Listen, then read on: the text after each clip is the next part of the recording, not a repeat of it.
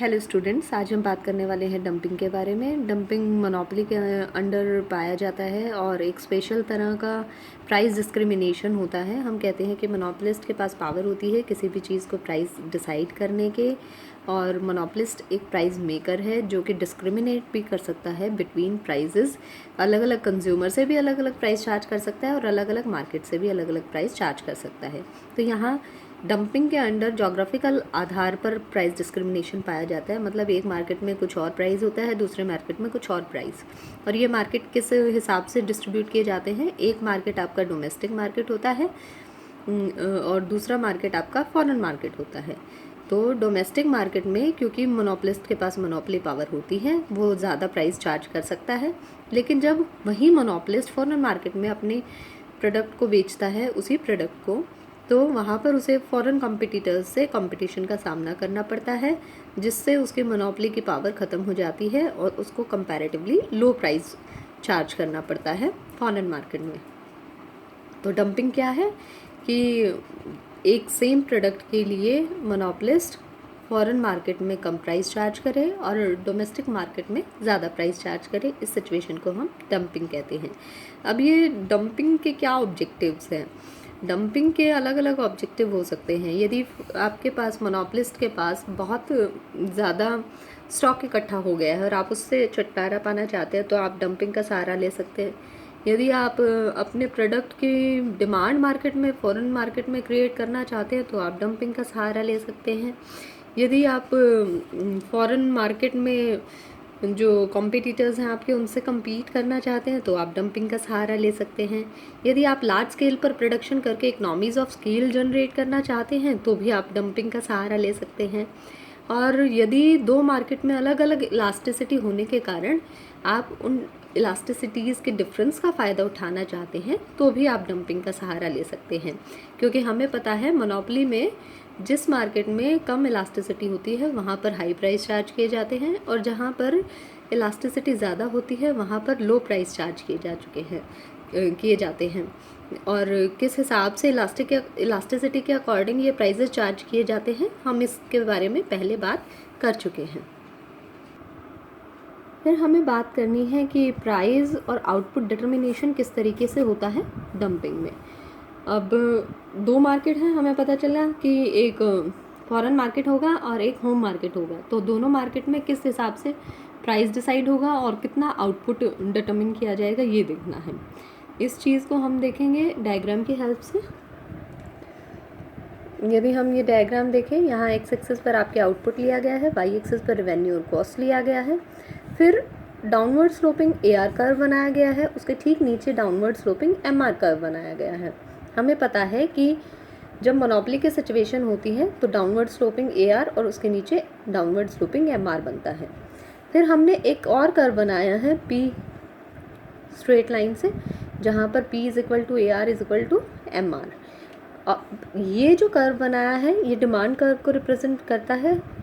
लेकिन कैसे मार्केट में डिमांड कर्व को रिप्रेजेंट करेगा? देखिए, परफेक्ट कंपटीशन में हमने पढ़ा था कि प्राइस आपका एवरेज रेवेन्यू के इक्वल होता है, मार्जिनल रेवेन्यू के इक्वल होता है, और वही हमारा डिमांड कर्व होता है। तो परफेक्ट कंपटीशन कहाँ पर मोनोपोलिस्ट को फेस करना पड़ रहा है? फॉरेन मार्केट में। तो फॉरेन मार्केट में ये कर्व डिमांड कर्व है, किसके लिए? मोनोपोलिस्ट के लिए। और यदि होम मार्केट में करें बात, तो होम मार्केट में downward sloping average revenue curve ही मोनोपोलिस्ट का डिमांड कर्व है। फिर हमने एक कर्व बनाया मार्जिनल कॉस्ट कर्व। अब हमें क्या देखना है कि कितना आउटपुट इन टोटलिटी प्रोड्यूस होना चाहिए और किस किस मार्केट में कितना कितना आउटपुट बिकना चाहिए। तो हमें क्या चाहिए? इक्विलिब्रियम पोजीशन, जहाँ मैक्सिमम हो सके आपके मोनोपोलिस्ट के प्रॉफिट। इक्विलिब्रियम पोजीशन कहाँ होती है MR/MC अप्रोच के अकॉर्डिंग? जहाँ MR is equal to MC। तो हमें MC कर्व हमारे पास है। दूसरा हमें क्या चाहिए? Aggregate MR curve. Aggregate MR curve मतलब जो मोनोपोली की मार्केट के लिए भी हो और जो परफेक्ट कंपटीशन के मार्केट के लिए भी हो, यानी कि जो दोनों मार्केट्स को ध्यान में रख के चलता है, डोमेस्टिक मार्केट को भी और फॉरेन मार्केट को भी। अब ये कैसे ले सकते हैं हम? देखिए, डोमेस्टिक मार्केट के लिए हमने कहा कि AN हमारा मार्जिनल रेवेन्यू कर्व है। लेकिन फॉरेन मार्केट के लिए जब आप आते हैं तो ये straight line P is equal to AR is equal to MR आपका MR कर्व है। तो एग्रीगेट एम आर कर्व क्या होगा आपका, AN for the domestic market और ND for the foreign market. तो एग्रीगेट MR कर्व हुआ AND। अब ये जो AND कर्व है, इस कर्व को MC कर्व काट रहा है। क्यों? क्योंकि हमें इक्विलिब्रियम डिसाइड करना है। ये aggregate AND aggregate MR curve है। इस MR कर्व को MC नीचे से यहाँ काट रहा है T पॉइंट पर, तो T पॉइंट इक्विलिब्रियम पॉइंट है एग्रीगेटली। और इस पर हम नीचे की तरफ लाइन ड्रॉ करते हैं तो हमें आउटपुट मिल जाएगा कि एग्रीगेटली आपके यहाँ कितना आउटपुट प्रोड्यूस किया जाएगा, OM level of output produce किया जाएगा। अब ये जो आउटपुट प्रोड्यूस हो रहा है, इसको डोमेस्टिक मार्केट में कितना आउटपुट बिकेगा, फॉरेन मार्केट में कितना आउटपुट बिकेगा, डिस्ट्रीब्यूट करना है। तो डोमेस्टिक मार्केट में जब आप बात करते हैं, अब इस OM आउटपुट में से आप देख सकते हैं कि आपने जब aggregate marginal revenue curve draw किया था तो AND आपके लिए एग्रीगेट मार्केट का मार्जिनल रेवेन्यू कर्व था। अब इतना जो ND पार्ट है वो फॉरेन मार्केट को रिप्रेजेंट कर रहा था और जो AN पार्ट है वो डोमेस्टिक मार्केट को रिप्रेजेंट कर रहा था। अब हमें देखना है कि इस OM लेवल ऑफ आउटपुट से हम कितना डोमेस्टिक मार्केट में बेचेंगे और कितना फॉरेन मार्केट में बेचेंगे। तो डोमेस्टिक मार्केट में AN आपका मार्जिनल रेवेन्यू कर्व है और यहाँ पर मार्जिनल रेवेन्यू कर्व, ये जो प्राइस लाइन है, MC और MR इक्वल हो रहे हैं, यानी MC MR की इक्वालिटी को रिप्रेजेंट कर रहा है। इतना टोटल AN जो है वो आपका डोमेस्टिक मार्केट का मार्जिनल रेवेन्यू कर्व है। तो MR MC की इक्वालिटी को ये लाइन रिप्रेजेंट कर रही है, यानी N पॉइंट पर हम कह सकते हैं कि डोमेस्टिक MR आपकी MC के इक्वल होता है। तो ये नीचे और ऊपर की तरफ लाइन एक्सटेंड जब की जाएगी, ये आपको बताएगी कि OL लेवल ऑफ आउटपुट तो आप जो है वो डोमेस्टिक मार्केट में बेच सकते हैं और इसके लिए कितना प्राइस चार्ज कर सकते हैं, AR कर्व से आपको मिल जाएगा। इधर लाइन ड्रॉ करेंगे तो OP1, तो OP1 प्राइस चार्ज कर सकते हैं, OL आउटपुट बेच सकते हैं कौन से मार्केट में, डोमेस्टिक मार्केट में। वहीं जो बाकी OM level of total output में से यदि आप OL को सब्ट्रैक्ट कर देंगे तो आपके पास बचेगा LM, यानी कि LM आउटपुट जो है वो आप कहाँ पर बेच सकते हैं, फॉरेन मार्केट में। और फॉरेन मार्केट में आपका MRMC के अकॉर्डिंग प्राइस क्या है, ये P, तो OP आपका फॉरेन मार्केट का प्राइस है। तो फॉरेन मार्केट का प्राइस आपका कंपैरेटिवली कम है OP, और डोमेस्टिक मार्केट का प्राइस आपका ज़्यादा है OP1। यही हम कह रहे थे कि डंपिंग क्या है, कि फॉरेन मार्केट में आप उसी चीज़ के लिए कम प्राइस चार्ज करते हैं, जबकि डोमेस्टिक मार्केट में आप उसी चीज़ के लिए हाई प्राइस चार्ज करते हैं।